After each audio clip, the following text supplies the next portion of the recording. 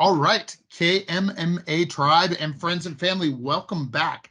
And I have a member of our tribe, as a matter of fact, and one of my favorite people, the great Daniel Venturino with me. Hi, Daniel.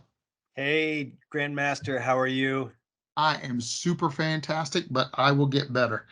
And Dan, I'm just going to tell, a lot of people probably know you from here, but I'm going to talk about some of the things they may not know, like that you've been an entrepreneur for 11 years now.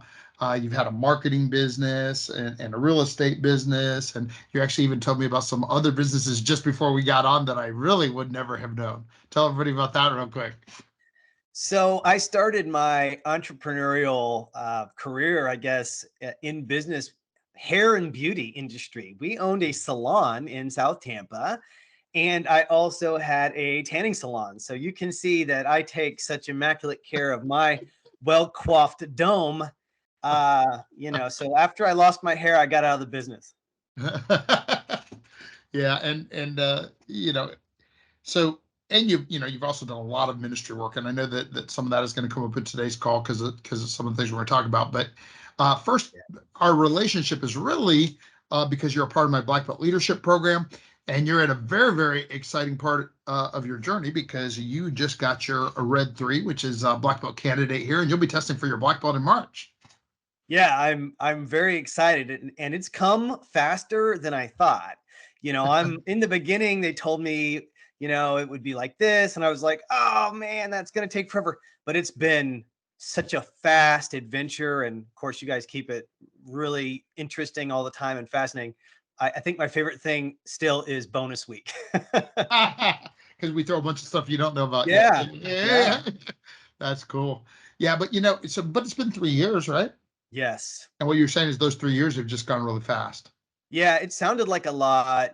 Like, I'm the kind of person, the worst day for me in school was when they handed you the syllabus and told you everything you were going to have to do over the next, 18 weeks. And I'm like, oh, I'll never get it all done. Yeah, you will.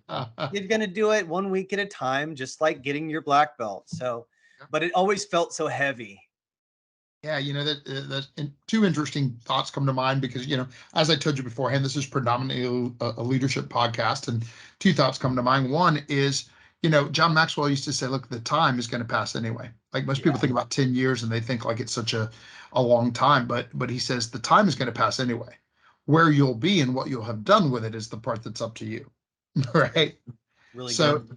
so I think it's great that the investment. And then the other thing that you made me think of, because a lot of people like you get intimidated when they see the plan, right? And I Hmm. think that what can happen is you know, we can get overwhelmed if we try to look at everything at one time. So Yes.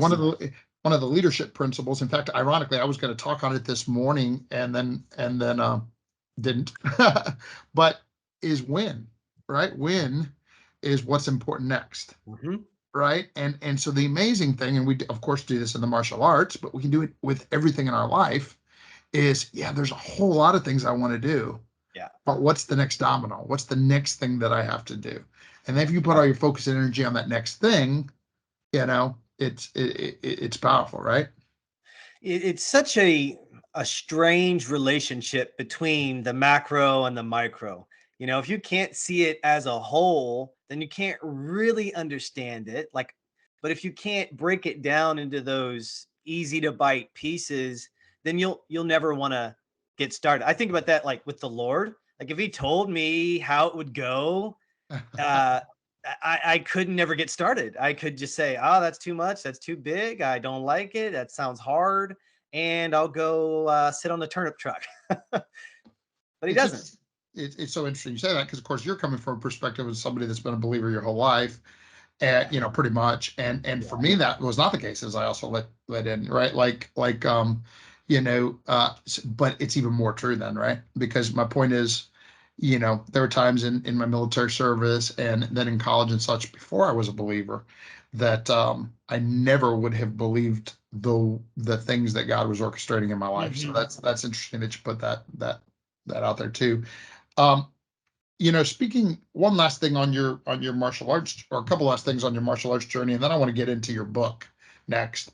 But because you gave me that thing back when you first started, and the truth is it went on my bookshelf, and I, as you know, I read a lot, but I'm always backed up, and then you forget that you have one sitting there, and then so I only recently pulled it out and reread it because I knew we were going to be talking.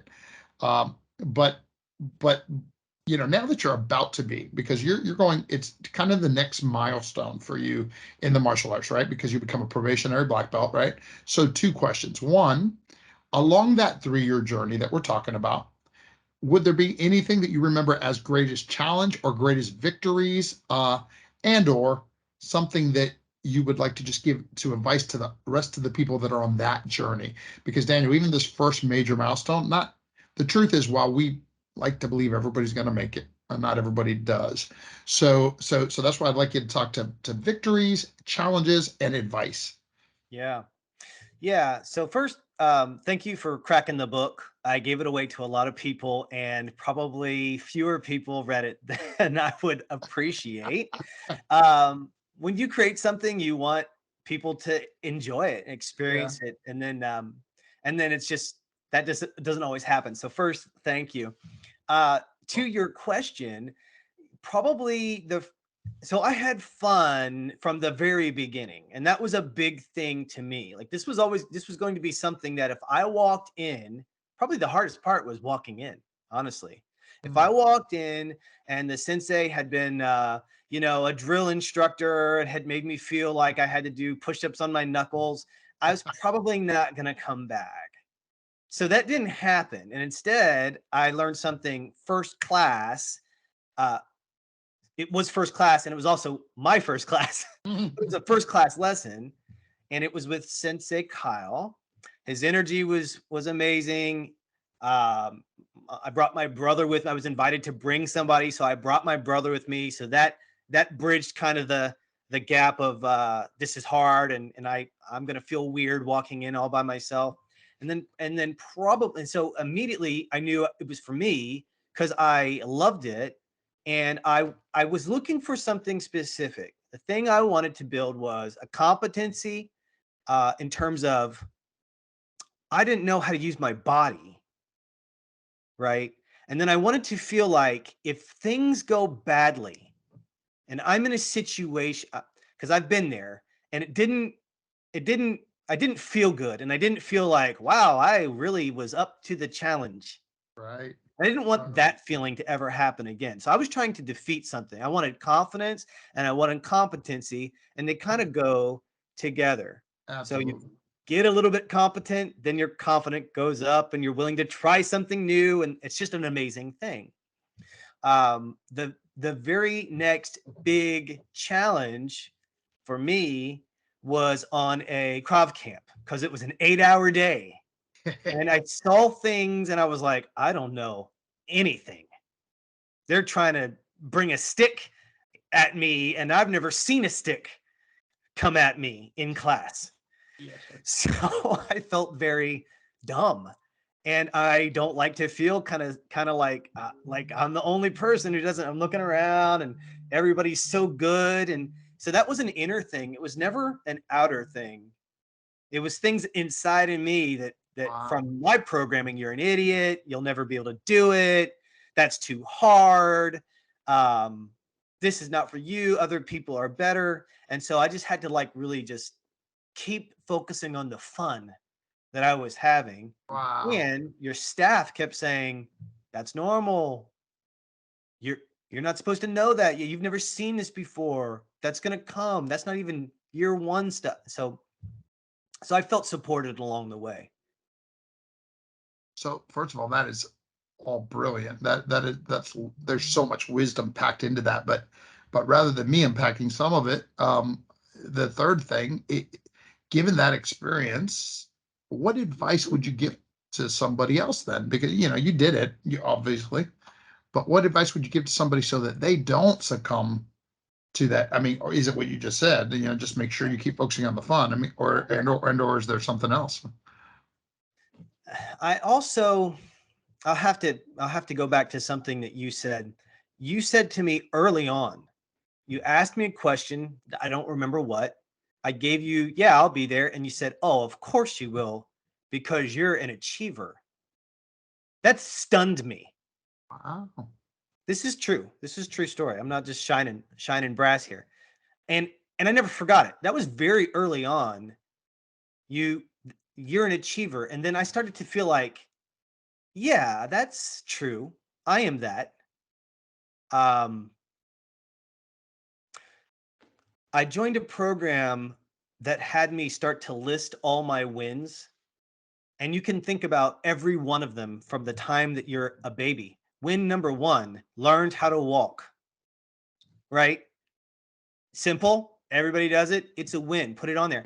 And then there will be wins like third place in the spelling bee, or stood up in front of the class the first time and sang the song that nobody else wanted to sing, so you could get the A without having to work that hard.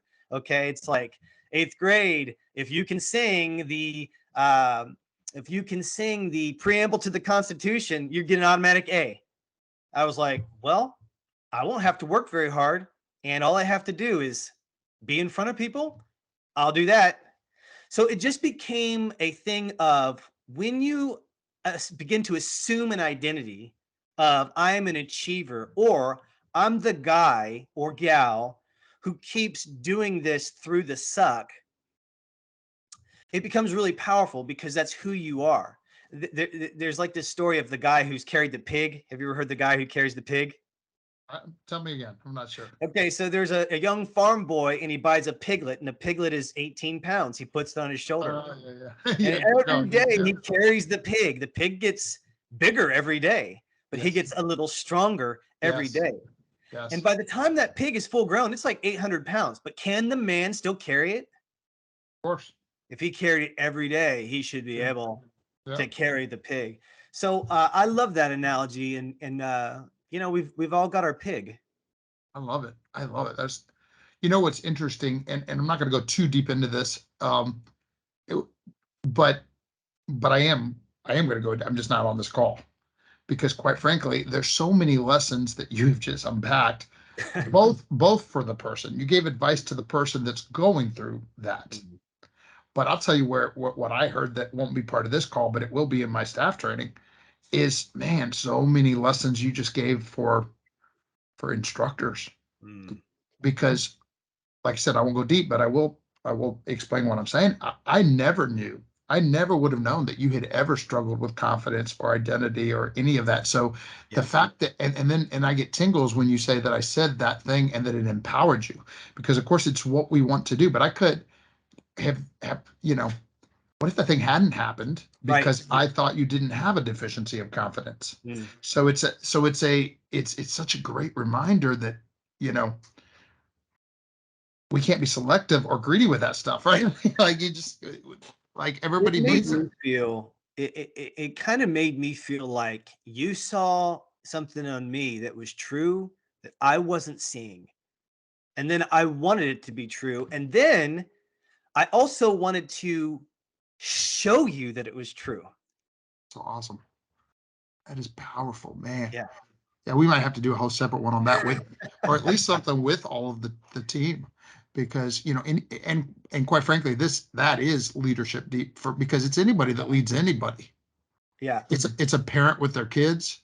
It's it's any of the businesses we've talked about with their team, right? Like you're a real estate, you got if you had decided that's what you were going to do for a career, you'd have other real estate agents under you. Yeah. And so like in any kind of way of leadership, to be able to empower, it's what we mean when we say empower lives through the martial arts, right? Yes. Um, wow, that's awesome. Um, so I am going to do the book. I almost feel now like we could spend more time on this and go straight into the other, but having said that, I really enjoyed it because I agree, quite frankly, without going into like any details, because of course, I got people of all, you know, political persuasions and faiths and all the things that are part of our tribe, which I love. I think it's so good that we are a totally inclusive environment as Yes. well. And not just because then we get to empower more people, not just because everybody deserves that kind of respect, but even because we all sharpen each other, you Yeah. know, with different opinions and such. But I agree particularly with, I think one of the main postulates of your book, which for anybody who wants to read it, is called The Battle for Main Street.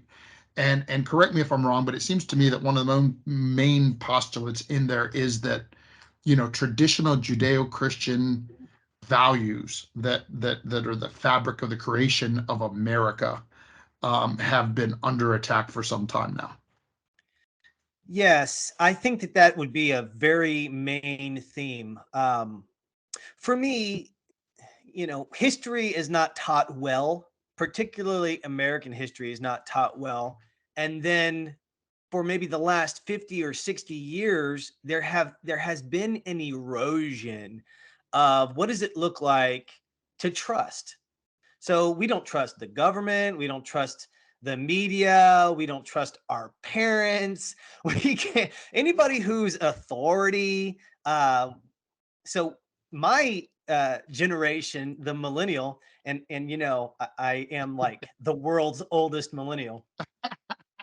I was born in 1984, but so we don't even trust ourselves. That's why we're non-committal. I don't want to say yes, Wow. yeah, but I also don't want to say no because I might change my mind. Wow. So I'm gonna give you like, oh yeah, great, just text me, and Yeah. it's a non-answer. Right. That is like the millennial go-to, because we're too afraid to say yes, we're too afraid to say no. But if we had that confidence, if we had that yes, let your yes be yes, let your no be no, if we had that it's okay to not be liked, but I'm always going to be polite and I'm always going to be honest and I'm always going to speak what scripture says, speak the truth in love, which that's a universal thing. Absolutely. um we don't teach these things because we're nervous that we're going to hurt somebody's feelings or be disrespectful, and we shouldn't do that. I agree. We shouldn't do that. Those things are off limits. They Truth do is not truth. belong. Truth is truth. Truth is truth. And then there's an ancient. This is wonderful. There's an ancient church father that said anything that's true is the domain of God. So whether it comes from a mystic on a mountain or somebody wrote a book that one line, or Hemingway, one line of it is just absolute Shakespeare, or a song from the Beatles, if it's true, it belongs Wow. to all of us. It's the common heritage of every man, woman, and child, because ultimately, if there's a creator and that stuff is right, then you're made in his image and you're meant to have those things in common. It's like DNA. Like, Amen. you think that your kids are going to look like you and they're probably going to act like you. And that's because they have your DNA and you raised them. So I think it's the same thing with humans. Now, if we're wrong about all this, it's kind of like the truth is science says we all came from one woman somewhere mitochondrially up there, however many, so like we still are just cousins, Yeah. extended family. Yeah. Yeah. Good point. Yeah. So it's true. Wow. Yeah, that's all good stuff. That is wow.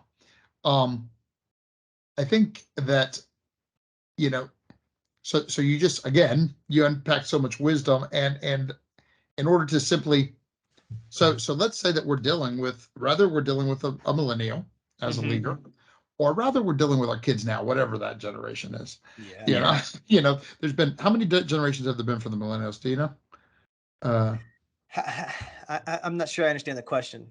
like there's the millennials, and then who's Oh, next? yeah, yeah. So like I think 84 to 2000 is considered millennial, and after 2000 are Gen Z. They're called Gen Z. So was Gen X the one before the millennials I then? think Was Gen X is I like, was Gen yeah, X? I yeah, was Gen yeah, X. yeah. Yeah, so Gen X was a it was transitional generation, kind of between boomers and Yes. millennials. So like born in the late 70s, early 80s, Well, these I'm people. 69, but I think I still fall. I don't think I'm a boomer. Okay, okay. Yeah. Anyways, Yeah. but then there's been two or three more is the point, Right. Right. right? Like I Z don't are the think kids people. today, I think, right? Or no, they're alpha. They're alpha Right. now. Yeah. Yeah, there was Z and then there's alpha. Anyway, look, the point is that the thing that you're talking about For example, the other day I was talking with my team member. I know we're off topic, but it's, it's fun stuff still. It's that's useful because I know that everybody deals with this. Uh, I would talk about the fact that, like, for the longest time, my generation got really, really offended, and I still did until, like, so recently I consciously told myself not to. Mm-hmm. Um, when somebody was sitting there in your meeting and on their phone. Yeah. And then I read something where somebody said, that generation grew up taking notes on their phone in the classroom. Yep. And so, now don't get me wrong, I still teach my people that if you can write, it's better for you, Yeah. right? Like, you actually retain more and everything if you actually are writing than if you're. But Yes. having said that, if somebody picks up their phone to take a quick, now I assume that they're taking a note instead of assuming that they're sending a text Yeah. in the middle of my, right? Right? So taking offense is not a fruit of the Holy Spirit, right? Right. And then like they say, men relate to each other shoulder to shoulder, and women relate to each other face to face, and teenagers relate to each other screen to screen. No, and you're right. You're right. It's interesting you say that because it's one of the works that I've done the most in recent history is trying to not be so judgmental of other people's behavior, and Our entire society is like driven towards getting you angry or sad. Like, so if you look at social media, the fastest way to get a message out there in terms of mass appeal is to get people angry. It works like 60%. The wow. next fastest way is to make people sad, like really like, oh, that's so, oh, look at that dog that just got, a shot in the, and now it's, and then only after that, third place is make people happy. Isn't that a shame? Yeah. So everything in our society is driven to get you upset, kind of spin you out, Yeah. have you be feeling in a place of anger or despair. And I think that's another reason why I wrote the book, because I just realized that if we're really in a constitutional republic, then we actually have to work with each other, or else we're going to do a civil war again. Yeah. Like that's Yeah. those are Yeah. the only options. Like Yeah. participate, cooperate, and like let the other guy have their chance to hold the gavel, and Yep. then hopefully get yours back. And that Or was and that was scary. That was precarious when you wrote it, and worse today. But yeah, no doubt. And look, the way I bring this back to what we want to talk about it in a way, right? Even though that's poignant and important stuff, right? Like we could spend a lot of time on that, be important. yeah, Having said it, like, I think you nailed it, right? Like let let the person have the gavel, do the part that we can do. mm-hmm. The leadership lesson that we teach here is circle of concern and circle of control. So good. And it ties so much to your thing of not getting angry, right? Because if I spend, the circle of concern and circle of control, of course, the lesson is that only in the place where those two circles intersect, the place in the Venn diagram where those two circles intersect, should we invest any of our time, energy, and passion, and right, like, because Mm-hmm. like, of course, there's a lot of stuff going on that we're concerned about, Yeah. but there's a lot of stuff that going on that we're concerned about, and maybe even angry about, and maybe even righteously angry about, Yeah. but that we can't do anything about. And so therefore the investment of time and energy in that place is counterproductive, because Right. because we can only invest time on the things that we can do something about and be effective in any way. So I stopped listening to talk radio and watching the news when I realized they made money by manipulating me emotionally. Exactly That right. that's how. And then I was like, so then it doesn't matter what they say anymore, or how true it might be. Their business model is to emotionally manipulate me so that Correct. I'll watch longer or buy more or do X outcome, and I just can't feed into that. That feels toxic. That feels like abuse, Yeah. right? Yeah. And that's why you're such a member of our tribe, right? Like, that's what, because that's our thing, right? Like, because quite frankly, you know, number one, it doesn't matter which side of the aisle you're on. That's true. It doesn't Mhm. matter which station you're listening to. Exactly. That's true. And then if you're in our tribe, every once in a while, I've actually had customers come in and say, watching like us do the student creed, or just the positive, because ours is exactly the opposite, right? Everything is empowering, Good. positive emotion. Yeah. We're manipulating emotion too, but in a positive way, right? Yeah. Shoot, when I looked at you and told you and made you feel that I saw something within you that you didn't see in yourself, and it inspired you to greater action, that's a manipulation of emotion. I mean, I didn't even realize I was doing it, right? Yeah. Because Right.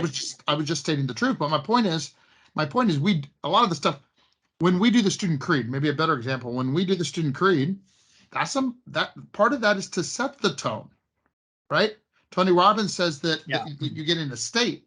So we do Yeah. that to get in a particular state. So we're manipulating emotion in a positive way too. And when those Yeah. customers come in and they've actually said, you're brainwashing people. Uh-huh. And I'll go, why, yes, because there's so much trash that you've allowed to get in there that we need to Yeah. wash out, right? They're being brainwashed in a negative way. And when somebody tries to speak positivity into their life, they think it's, a Right. negative thing. Yeah. Yeah. So like C.S. Lewis a long time ago, like 70 years ago, said a good society is a society that enables you to be good. Ooh, So a good classroom or a good program or a good business is a society that produces good in people. And then like, is it brainwashing or am I renewing my mind? exactly right. Am I taking thoughts captive that are bad for me and then want to drag me through the mud and saying, where did you come from? How did you get in here? I'm going Yes. to arrest you and throw you in jail and I'm going to interrogate you until I know Yeah, exactly what you're trying to take me prisoner. love it. Yeah. So the creed is a tradition that comes from every pre-literate society is a creedal society. Mm, That's a cultural thing. And so like so every person that walks through the door is not going to read your book or memorize every word of it, but you've given that's them right. 90 seconds of easily digestible, easy to retain, and then like it comes with motions and actions that reinforce it. It's really genius. I just spit a little. It's really genius. I need to swallow before I talk. No, it's awesome. That is awesome. Daniel, so look, people that have listened to this I love that they're going to have gotten to know your spirit and your heart in the way that you are a little better. And, even people that know you from the tribe here and feel better every time they're around you because, you do got that. You got the thing where you make people feel better when they meet you. And that's such a positive, edifying, and empowering personality. And I know you're working on a new project right now. Specifically, you've been in the ministry your whole life, and you've gone deeper in some things recently. You're working on a new project. You want to share a little bit on that? Yeah. So thank you for inviting me to talk about that. It's called "You Can All Prophesy," and this comes from a scripture in the New Testament of the Bible, 1 Corinthians 14. It's an apostle, and he's talking to the people in the Corinthian church, and he says essentially, "You can all prophesy, each according to your turn," and it's like we have this model where one person stands up in front and talks, or one person stands up in front and plays the guitar and sings, and everybody that is kind of watching is participating at some level. But there's this ancient idea that if you're going to be transformed by what's going on, you are going to have to be a part of it. You're going to actually have a job to do and play a role and bring something good. And so New Testament prophecy boils down to encourage, edify, can't see my encourage, edify, and exhort. And Mm, Paul says that as well. He who brings a prophetic word does so to encourage, to edify, and to exhort. So if you can speak something good to somebody, mm, if you can tell them, you know, encourage is like comforting. Hey, I know it's not easy. Hey, I know that that bad thing happened, or you've been going through this. I'm going to comfort you. That's a word of encouragement. absolutely. That's prophecy. Love If it. you can edify by building somebody up, when you said to me, hey, you're an achiever, well, that was true. And it activated something that became more true. That was a word of prophecy. Mm, If you can exhort, like, hey, we all know how to do this. You've been doing this one time in prior times before. Go and implement X, Y, and Z just like you did. And that's exhortation. That's a word of prophecy. So many people think like, I have to be a cave hermit and go live alone in the Sahara Desert, or I'll never understand how to be a spiritual person. But that's simply not true. So the whole impetus behind You Can All Prophesy is to have people enroll in those things that they see happening in the scripture, but they don't really see it happening in their own lives. Mm. So even if that means just the simple fruit of the Holy Spirit, love, joy, peace, patience, kindness, gentleness, goodness, faithfulness, and self-control. I mean, that's a list of 9 things. I don't always have self-control. Right. I'm not always gentle. Yeah. I'm not always patient. Boy, that's 3 things right there that Daniel needs to grow in. So it's kind of like we're a cohort, we're a tribe. We're going to be on a group and we're going to be encouraging each other, bringing individualized experiences to the whole. And I'm very excited about it. It's something I've worked on for quite some time. It's finally ready to unveil. So it's youcanallprophesy.com. Outstanding. Outstanding. I was about to say, anybody wants to find out some more? So you did it. That's great. Um, the I love the way you just explained all that too, because even to be honest, when you told me what it was, I thought I didn't realize it was going to be that accessible to everyone the way you just said it either. Like it's not a very specific. It's anybody could benefit from that. I think that people who do, obviously, people who are like kind of hungry spiritually, or Right. maybe they're like chasing after that horizon that always seems to be disappearing and like the goalpost always moves. It's kind of an unfulfilling world when all we measure ourselves against is how much money do I have and who likes me and how many followers and does my boss pat me on the back. There has to be some kind of spiritual work, some kind of inner thing that we press into. Right. Um, there's a webinar. If you go to that youcanallprophesy.com, it'll ask you to register. You can get into the webinar instantly. And then it really goes into more depth. And obviously we can't cover it during this Right. call. Right. It's a Awesome. lot of teaching. That's great. So just more back now on we've talked about a lot of things, and so I always give every one of my guests a chance to from any part of the conversation. What any closing thoughts? Yeah, so I do want to talk to whoever is maybe newer in their martial arts journey. So maybe you're, black, yellow, orange, early purple. Um, there's always this temptation that says, "Hey, I've seen this before," or Mm, "I've already learned that." One thing that I got from you guys that I have tried to implement in my personal life is I hate to say, I know. I now hate it. I hear it come out of my mouth and I'm like, I don't really know. I just don't want to listen.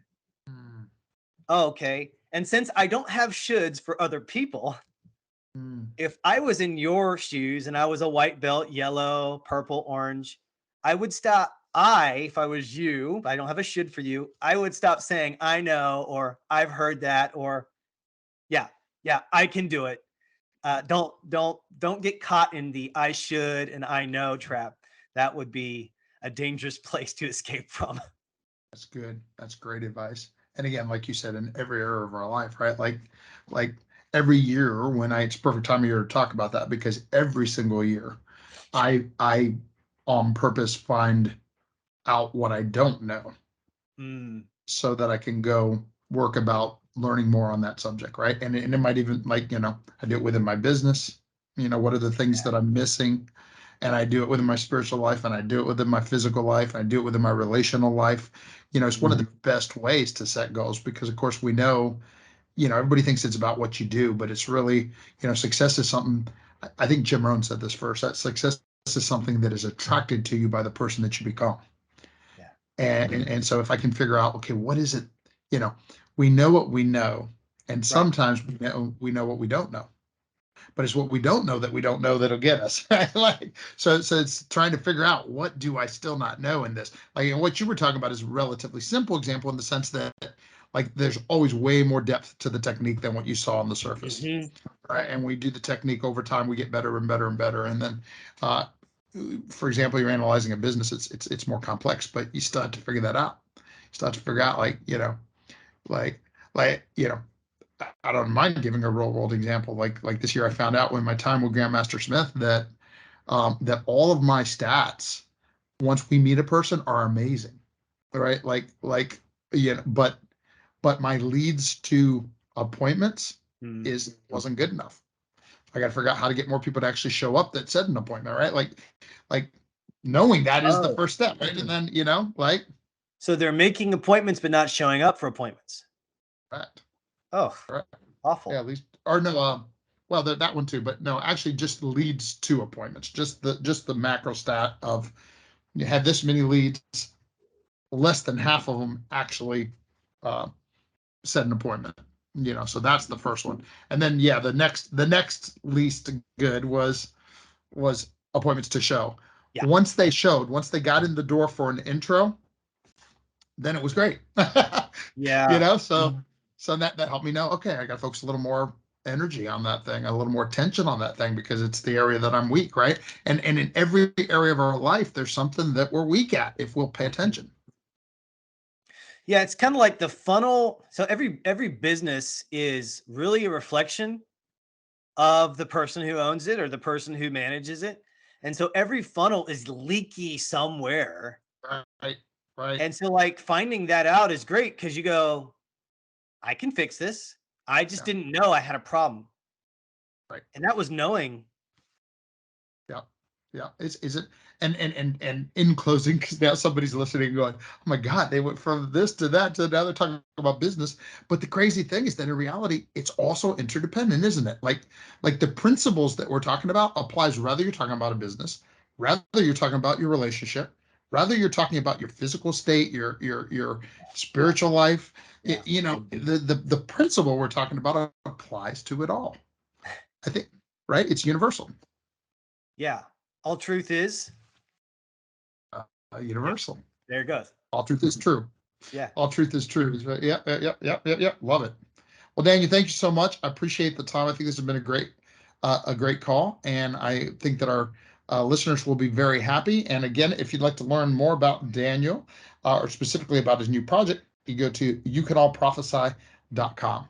And if in the book, can they find the book online if they want to read the book? Yeah, the book is available on I'm sorry, on Amazon. It's probably easier to Google my name, frankly, or I'm sorry, Amazon Okay. my name than the title. But the title is "The Battle for Main Street: How to Reclaim America's Heritage." His name is Daniel Venturino, Venturino. Did I spell it right? You sure Yeah. did, boss. All right.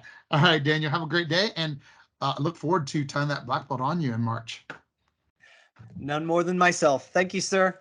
See ya. Oh, then you get to come to my black belt class, by the way. That's when the learning really begins. The fun. Bye bye. All right. Actually, you know what? I'm going to push stop recording.